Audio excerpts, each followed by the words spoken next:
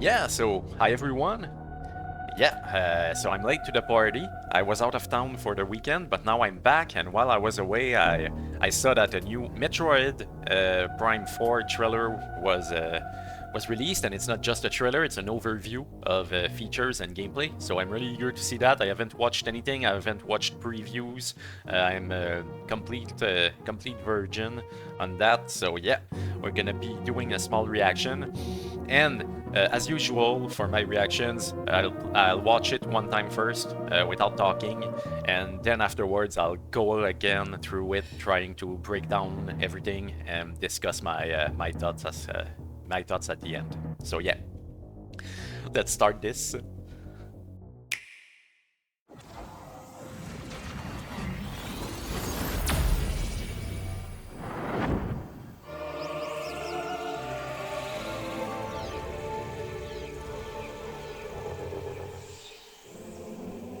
Explore a mysterious planet in this first-person adventure.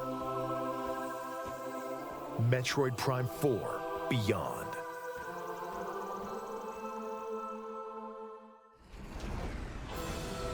When the Galactic Federation UTO Research Center is attacked by arch-rival Sylux, the lone hunter Samus Aran answers their distress call and becomes entangled in an unexpected disaster.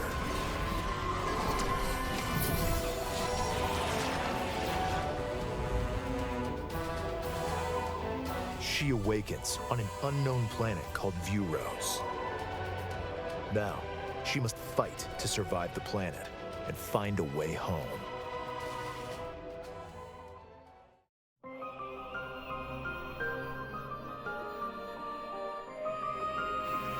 As Samus, you will explore lush jungles full of plant life, a factory roaring with thunderous storms,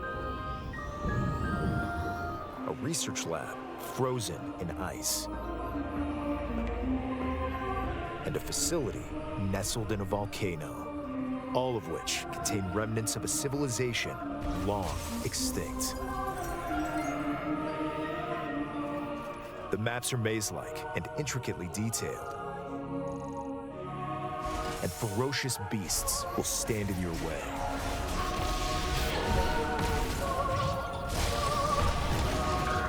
The key to exploration is the scan visor, which you'll use to gather information from the environment. Why did this planet's civilization crumble? And what have they left behind? Could there be a clue to your escape? Scan various objects to collect and analyze information to find a way forward.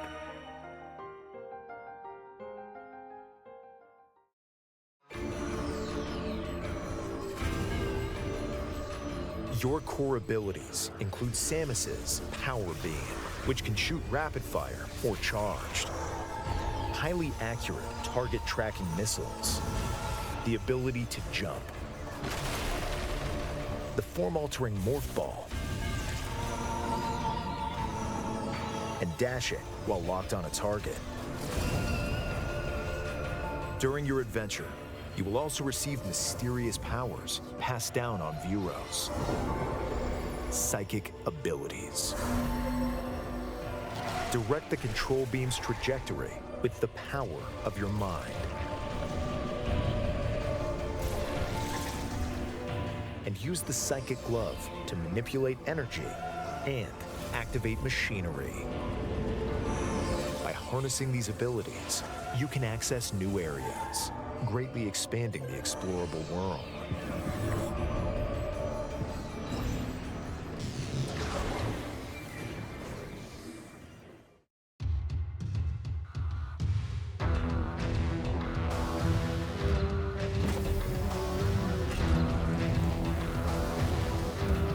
The various zones are connected by a central desert called Soul Valley. By obtaining Viola, a machine left behind by an ancient civilization, you can freely traverse the roadless desert as you head for each zone. Certain actions can be taken while riding Viola. These include countering attacks from approaching enemies and smashing crystals at high speed to convert them into the energy you'll need on your adventure. Plus, if Samus is in a location where she can ride Viola, it can be summoned instantly. And by dismounting, you'll return to a first-person perspective to continue exploring.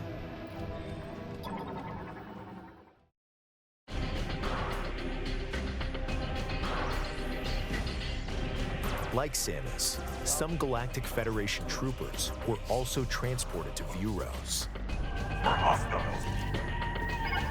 Data received. Follow distress signals to help the troopers and occasionally battle alongside them.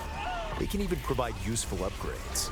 Teamwork is key if any of you hope to escape the planet alive.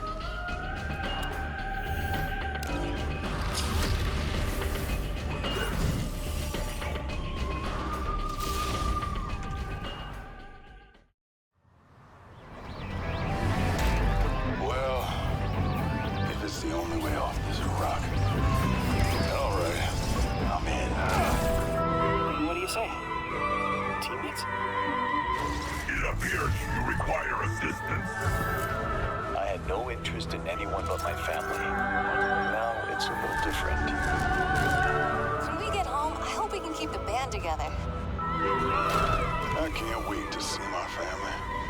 When I get back home, I'll be taking a much-needed leave. A new fate and an unknown destiny await on planet Vuros. Samus and her allies' fight to survive is about to begin. Metroid Prime 4 Beyond. Available December 4th, only on the Nintendo Switch 2 and Nintendo Switch systems. Pre-orders are available now on Nintendo eShop. The footage shown was from the Nintendo Switch 2 edition of the game. You can use mouse controls for intuitive gameplay on Switch 2. Simply adjust how you hold the Joy-Con 2 controllers to seamlessly swap between standard and mouse controls as you play. Plus, you can explore the immersive world in 4K at 60 frames per second, or enjoy smoother action in Full HD at 120 frames per second. Choose from these two modes, both of which support HDR based on your preference and playstyle. The Nintendo Switch 2 edition of the game can be played on Switch 2. Please be sure to purchase the game edition that matches your system. Plus, Nintendo Switch 2 players who have Metroid Prime 4 Beyond on Nintendo Switch can upgrade to the Nintendo Switch 2 edition by purchasing the upgrade pack. 3 new Metroid Prime 4 Beyond series Amiibo figures will also be available. Of course. Tap these Amiibo to unlock additional features in the game.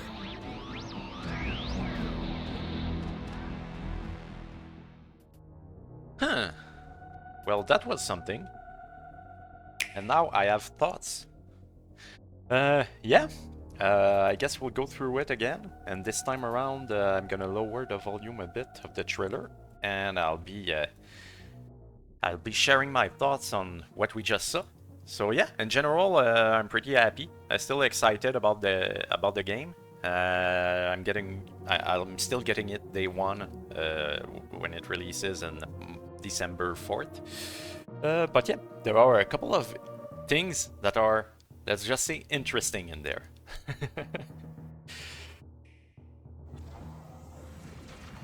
Yeah, first of all, that's the stuff we've already seen. It's cool to see it in context.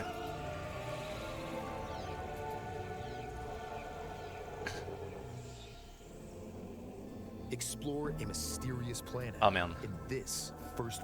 Sorry, I need to mention it, but the previous trailer was amazing, and it got me pumped like nothing else because it didn't have that fucking annoying narrator trying to be edgy and saying stuff like, you can open doors or you can jump. And for this, they brought him back. Oh god, I hate that. It's so cringy. It hurts my soul when I hear that guy talking. But yeah, he's not gonna be in the game, or at least I hope not. Person adventure. Really, Metroid Prime it's 4 a first-person Beyond. adventure. Wouldn't have guessed it. When the Galactic Federation UTO Research Center is attacked by arch-rival Sylux. That's funny. Like, his job title is literally arch rival. So, what do you do for a living? Oh, I'm an arch rival. Sylux. The lone hunter Samus Aran answers their distress call. Yep. And becomes entangled in an unexpected disaster. Yep. All that we've already seen in the preview demos.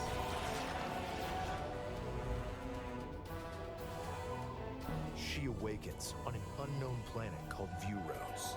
Yay. Now, she must fight to survive the planet and find a way home. That's pretty standard for a Metroid.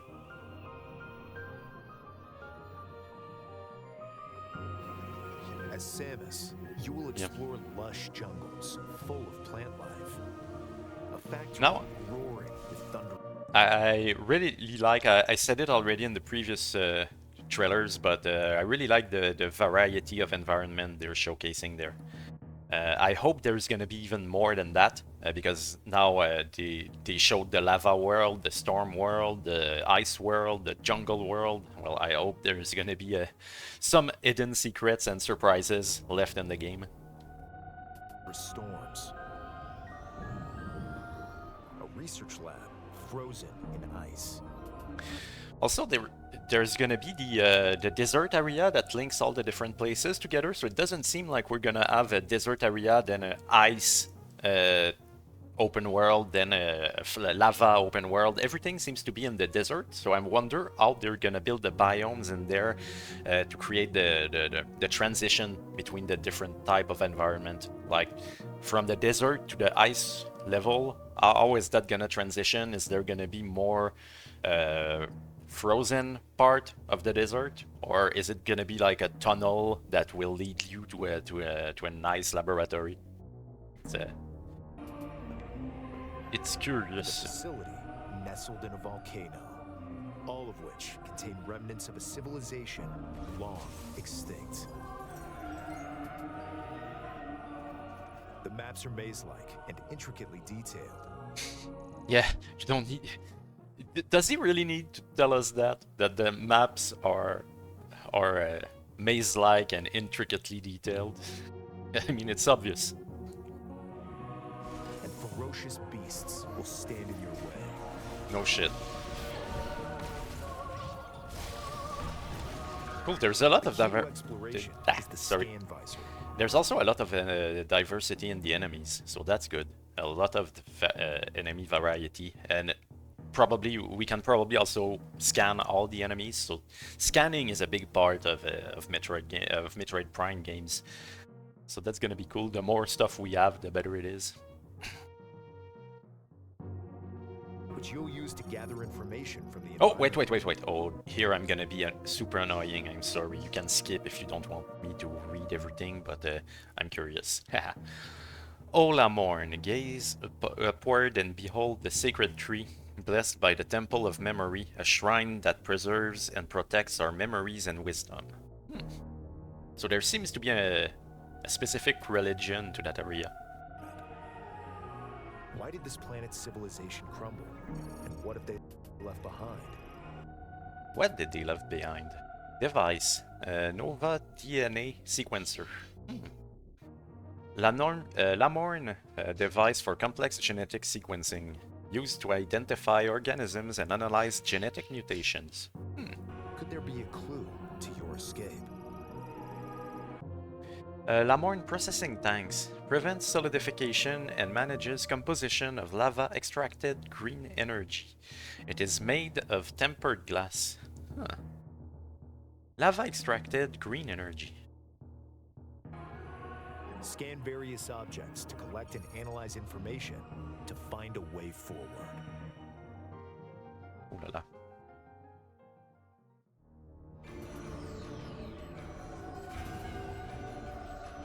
Your core abilities include Samus's Power Beam. which can shoot rapid fire or charged. Highly accurate target tracking missiles. The ability to jump. The ability to jump? Not for real? Morph ball. And dashing while locked on a target. During your adventure, you will also receive mysterious powers passed down on Vuros. Psychic abilities. That's gonna be cool. Direct the control beam's trajectory with the power of your mind. Or with the power of my thumbstick. And use the psychic glove to manipulate energy. But still, and I make joke, but it's activate pretty cool. machinery. By harnessing these abilities, you can access new areas. Well, grappling hook. greatly expanding the explorable world.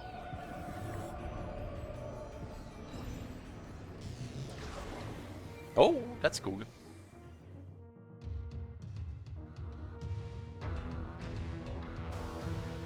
Alright, motorcycle, here you are. The various zones are connected by a central desert called Soul Valley. Yeah.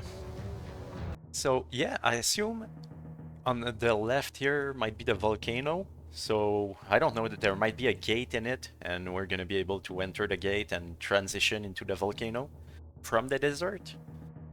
Same thing with this big tower thingy. I don't know if that's the factory place. But just before there was also the tree. A central desert. Yeah, called here. So we've got the tree there, and we see kind of the jungle below it. I wonder if the desert directly connects to it, if it's a seamless connection, and if there's a transition area between the two, or if it's gonna be like a hole in a wall and then a loading screen that leads you to the other section. I'm really curious about that. And I assume at the right that will be the frozen laboratory in that mountain, which is pretty much. Here's the Great Deku Tree. Here is what's it called? Ibra Mountain. Soul Valley. And then we have the Death Mountain. By obtaining Viola, a machine left behind by an ancient civilization, you can freely traverse the roadless desert as you head for each zone. Certain actions can be taken while riding Viola. These include Okay. Wait. Wait. I just saw something. Countering attack. Certain actions. Okay, so yeah. Here we see it. Okay, so that's a big gate that we see just below the flying thingy. I assume that gate, the big door with the blue lights, is gonna lead to the frozen area. So you're from the desert, you enter a door in a wall, and it will lead you to the frozen area. Then I don't know if it's gonna be a loading screen or seamless. Maybe it's a big corridor that will act as an elevator, which will camouflage a loading to lead you to the next area. Can be taken while riding Viola. These include countering attacks from approaching enemies and smashing crystals at high speed. Okay, so to convert them into the energy. yeah, I assume the lava energy thing that we saw earlier while looking at the tempered glass thingy that was being scanned. I assume the energy from lava, the green energy taken from lava they discussed is that. So probably those are green crystals refined from the lava world, and they will give you the energy you need to use abilities. And probably also to power up the motorcycle. You'll need on your adventure. Plus, if Samus is in a location where she can ride Viola. That's pretty cool. That we can alternate between being on foot and on Viola.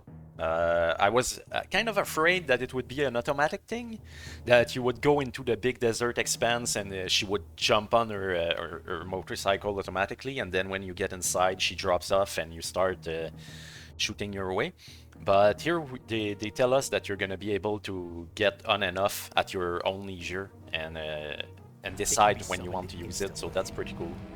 And by dismounting, Yeah, you come. return to a first-person perspective. Like here, you've got a a small shrine or a Korok puzzle of some kind, and you can get off the motorcycle to go interact with it.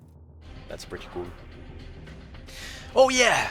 Here we go. That's the cool part. Some Galactic Federation troopers were also... That is interesting, because one of the biggest core of Metroid is to feel like you're alone in an unknown world and feel that that feeling of isolation on the planet. Having a lot of NPCs to talk with and to have interactions with. I don't mind a couple of NPCs, like if there are 3 of them and you need to and they like 1 per region, let's say, and they will help you if you need it, but or you need to help them at some point, or just so that you change the pacing a bit. But if it becomes something like Other M, where they won't shut up and you always need to listen to them and follow their orders, that's gonna be annoying. I hope they're not doing that.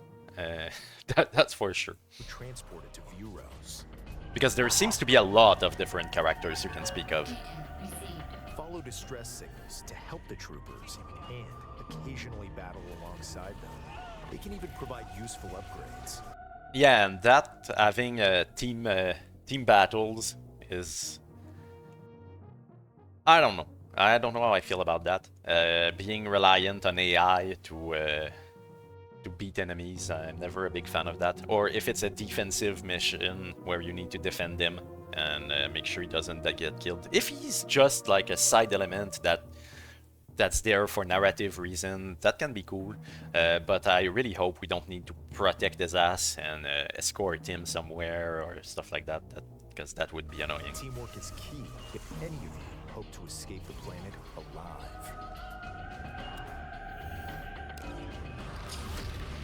Yeah, and that's the thing in I think it was, yeah, it's in Other M.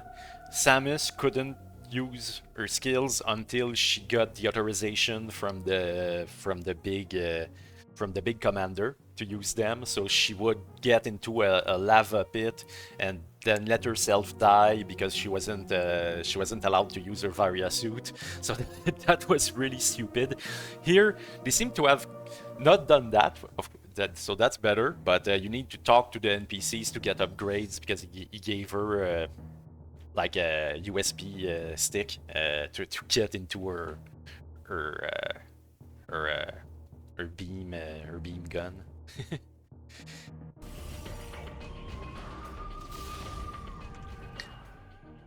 If they're, that's interesting, because here it seems like they're used as a puzzle elements. For example, they're gonna keep a door open and you need to shoot in the middle to open it. So that can be interesting if you need to find 2 characters so that they can be keys to unlock something. Yeah, that would be more interesting than just having to escort them and rely on them to unlock skills.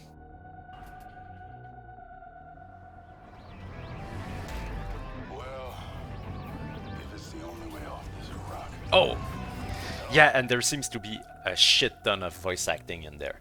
That's something that I kind of thought it might, because of the size of the game. The game is really heavy, for a Switch game at least. I don't remember exactly what it is, I think, but it's above 30 gigs, I think. So it's a lot. I had an argument with someone at once where I said it. One of the biggest thing that takes place on a game is the voice acting, and that I thought it might be a sign that there was gonna be a lot. They said that no, it's Metroid, it's probably just the 4K textures, but no, I think a lot of the space taken on that disc is gonna be from dialogues and voiceovers in multiple language. That can go both ways. It can be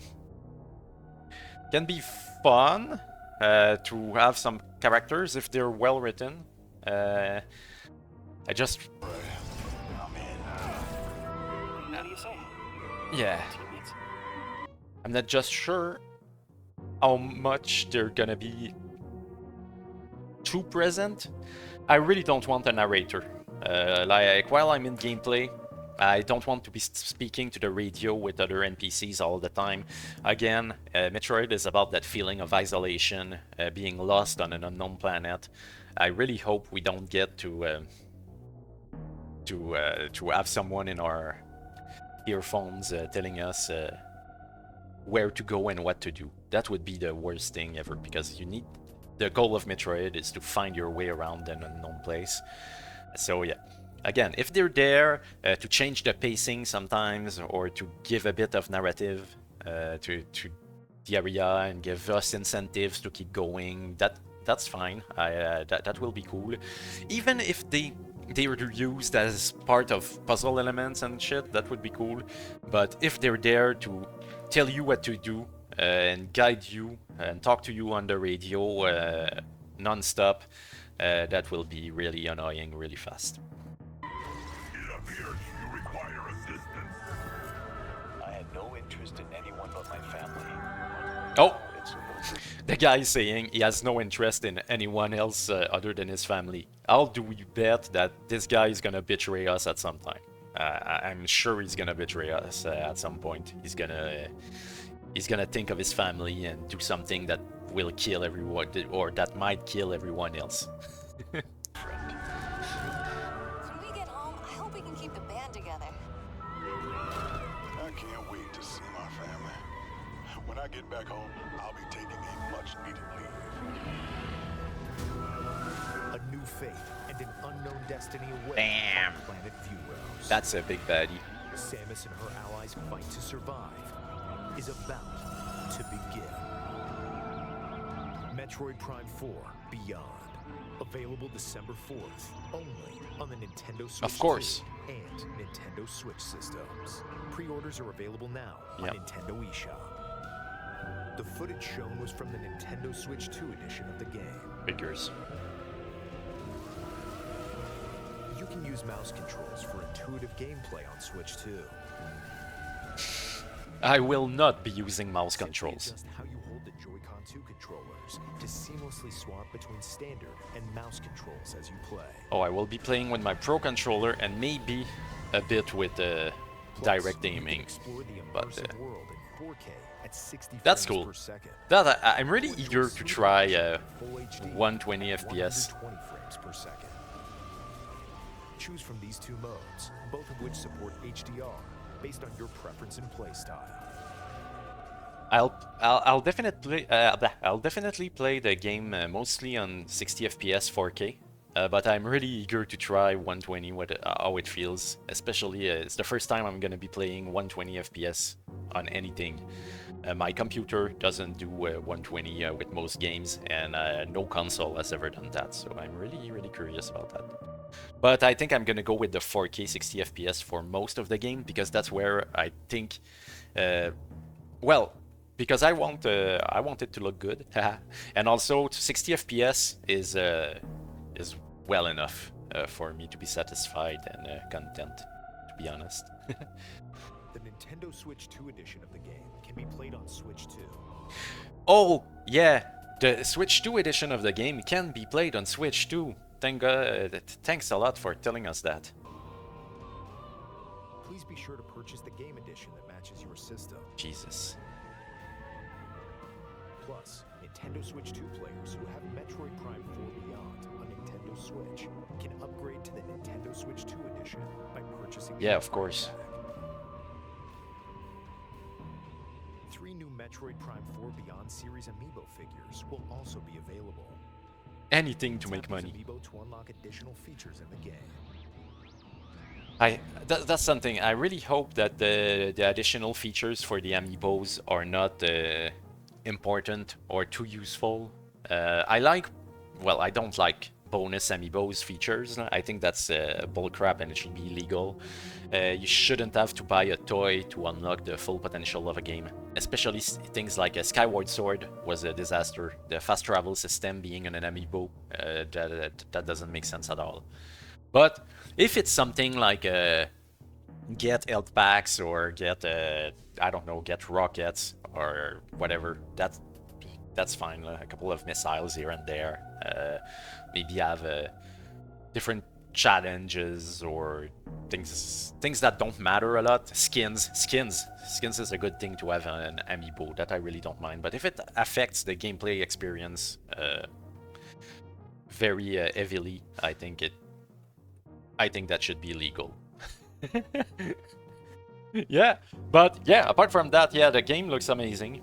It looks like a lot of fun. I really like I said, the variety of environment, of enemies. I really like the exploration, the way everything looks. It seems like a real, like Metroidvania, of course. And I was a bit scared at first with the big open space. The last trailer kind of sold me a bit more on the desert because it's not that big, and it's not the whole game. Like most of the game is still gonna be in corridors and hubs that you need to find your way through.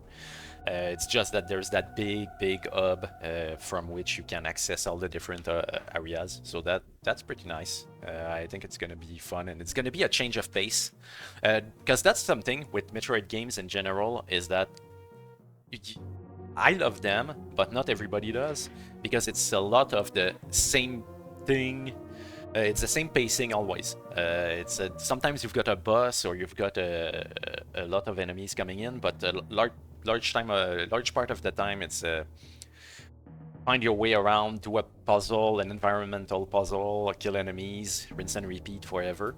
Having this small change of pace of having to explore that large area in the middle and find your way to the different different biomes might be very interesting, especially if you need to go back and forth between them. Like you need to get the Varia suit in the ice place and then go back in the fire place once you've got it, or things like that. That can be pretty interesting. And knowing them, I think they're probably gonna do it. Also, something I'm wondering is, you've got that. Sorry, I'm gonna show something more interesting than freaking Nintendo logo while I ramble. Yeah, something I'm wondering is, in that big desert area, when you've got the like here you've got the Great Deku Tree and Ibra Peak. You can access both of them from the desert itself with the big doors that we saw a bit later. The big doors that we saw over here. But then, can you access each of them and from each other? Like if you're in the ice zone, do you have also a gate that will bring you to the forest area on the left, and then another door that will lead you to the other section on the right without having to go through the desert? Because maybe that would be cool if you can like do the navigation and the exploration organically from hub to hub, and then have the main central area be kind of a fast travel system with the motorcycle. So yeah, I think that could be interesting if like you've got that big donut around, and all the donut is connected, but you can go through in the middle, and the desert is the middle, and you can go through each area independently from there. Yeah. That's pretty cool. Pretty cool. I'm really eager to know more about the lore and the backstory of the Lamorne. Are they Chozo? Are they like a split like a split race of the Chozo, where they kind of started on the same core and then evolved differently, a bit like the Romulans and the Vulcans in Star Trek. I'm also really eager to know more about how they managed to get there and why, what is Sylux's involvement in all of this. Yep. All of that is looking good. Yeah, and all the environment. Yeah, that looks a lot like a Chozo.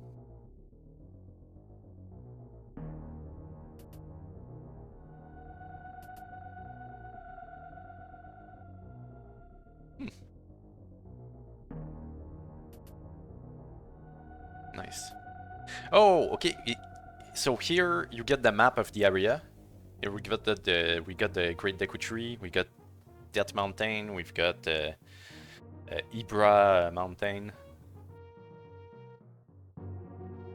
And yes, I know that's not the real names. It's just because they remind me of Breath of the Wild landmarks. Yeah. So yes, that's probably the first area where you're gonna arrive. So that big pylon in the middle of the desert, you're gonna arrive there and then get the map and choose which area you want to investigate first.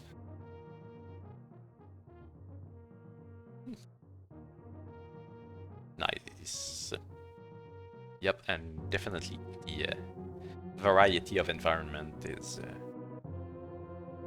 really cool to see.